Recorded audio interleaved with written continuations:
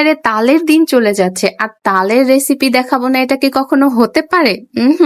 একদম না। চলুন পুরো ভিডিওটি দেখা যাক তাল দিয়ে কি তৈরি করি।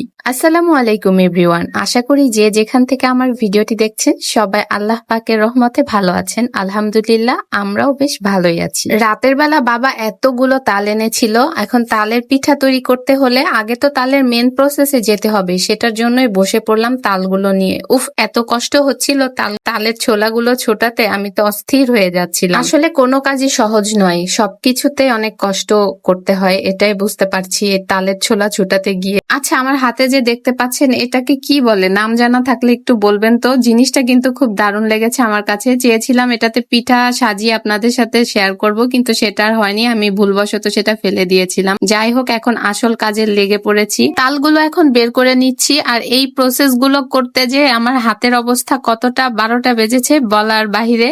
আমার সাথে কিন্তু শাশুড়ি মাও করে দিচ্ছিল, যেহেতু অনেকগুলো ছিল, এতগুলো আমার পক্ষে একা করা কখনোই সম্ভব না। অলরেডি এই কয়েকটা করেই আমার হাত ব্যথা শুরু হয়ে গিয়েছিল, তাই আমি আর মা দুজনে মিলেই করছিলাম, যদিও মা ক্যামেরার সামনে আসেনি। প্রথমে আমি আমার এক হাতের কামাল দেখাতে চেয়েছিলাম, কিন্তু বিশ্বাস করেন আমি এক হাতের কামাল দেখাতে ব্যর্থ হয়েছি। তাই অবশেষে আমি আমার 2 হাতের কামাল দেখিয়ে দিলাম। আর এখানে 2 হাতের কামাল দেখাতে দেখাতে দেখলাম 1 পাতিলের জায়গা 2 পাতিল তাল হয়ে গিয়েছে। এত তাল হলো কিভাবে সেটাই ভাবছিলাম, পরে বুঝতে পারলাম পানির পরিমাণ যতটুকু দেয়ার তার থেকে অতিরিক্ত পানি দেওয়ার কারণে এই হাল হয়েছে। কি আর করার, এত কষ্টের ফল, এগুলো তো যেমন তেমন করে নষ্ট করা যাবে না। পানিগুলো অন্য পদ্ধতি করে এখান থেকে আবার শুকিয়ে নেওয়া হলো। পানি জাল করতে করতেই শুকানো হয়ে গিয়েছে। আর তালটার ঘনত্ব দেখুন কতটা। তালের প্রথম প্রসেস কিন্তু ডান হয়ে গিয়েছে, এখন কিন্তু পিঠা বানানোর প্রসেসে চলে যাচ্ছি। তো প্রথমেই নারকেল লাগবে, যেহেতু পিঠা মানেই তো নারকেলের প্রয়োজন, তাই না? এখানে যা যা প্রয়োজন সবকিছু গোছগাছ করে নিয়েছি, আর মা আর আমি দুজনে মিলেই পিঠাটা তৈরি করে নিচ্ছি। এখানে দেখতে পাচ্ছেন 2 ভাগে তালগুলো রেখেছি, যেহেতু বেশ অনেকখানি হয়েছিল তাল, তাই কিছু তাল আমরা ফ্রোজেন করে রাখছি, আর কিছু তাল দিয়ে পিঠা তৈরি করছি। পিঠাটা তৈরি করতে এখানে লাগছে চিনি, গুঁড়ো দুধ বা লিকুইড দুধও দিতে পারেন চাইলে, যেহেতু লিকুইড দিলে অতিরিক্ত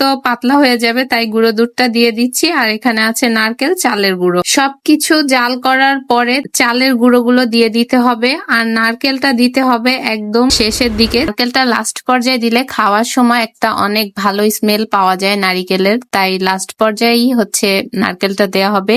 বাই দ্য ওয়ে, আজকে কি পিঠা তৈরি করছি নাম কিন্তু আমি এখনো বলিনি। আমি আজকে দেখতে চাই কমেন্ট বক্সে আপনার অঞ্চলে আঞ্চলিক ভাষায় এটাকে কি পিঠা বলে। আর আমি আমার লাইফের ফার্স্ট টাইম এই পিঠাটা তৈরি করেছি, এবং এই ফার্স্ট টাইমই এই পিঠাটা খেয়েছি। এদিকে কিন্তু আমি 4G স্পিডে পিঠা লাগার কাজে লেগে পড়েছি, একদম ননস্টপ পিঠার কাজ চলছে। এই পিঠা যতক্ষণ না তৈরি হচ্ছে ততক্ষণ আর শান্তি নেই। মানে আজকে ঘুম থেকে উঠে শুরু করেছি তালের প্রসেস থেকে, আর এখন কিন্তু অলরেডি মাগরিবের আজান হয়ে গিয়েছে। তো বুঝেন কত কষ্ট করছে এই পিঠা তৈরি করার জন্য। ভালো করে তাকিয়ে দেখি মা পিঠা বানাতে এসে পুরোই হতাশ, ব্যর্থ হয়ে গিয়েছে। এখন কি করার? এদিকে প্রচন্ড পরিমাণ গরম, তার মধ্যে পিঠা হচ্ছে না মনের মতো, দুজনে মিলে তো পুরা নাজেহাল অবস্থা।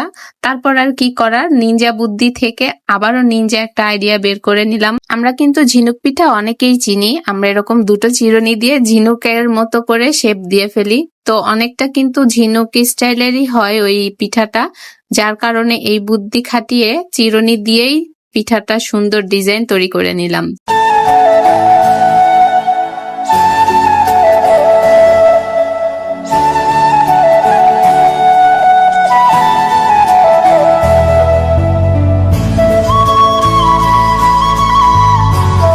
অবশেষে কিন্তু আমাদের পিঠাগুলো তৈরি করা হয়ে গিয়েছে।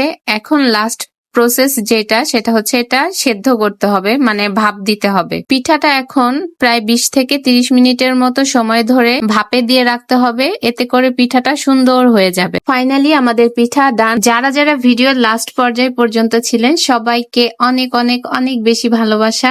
ভিডিওটা যদি ভালো লেগে থাকে অবশ্যই লাইক কমেন্ট করতে একদমই ভুলবেন না, আর ফলো করে অবশ্যই পাশে থাকবেন। আজকের মতো এখানেই শেষ করছি। আল্লাহ হাফেজ।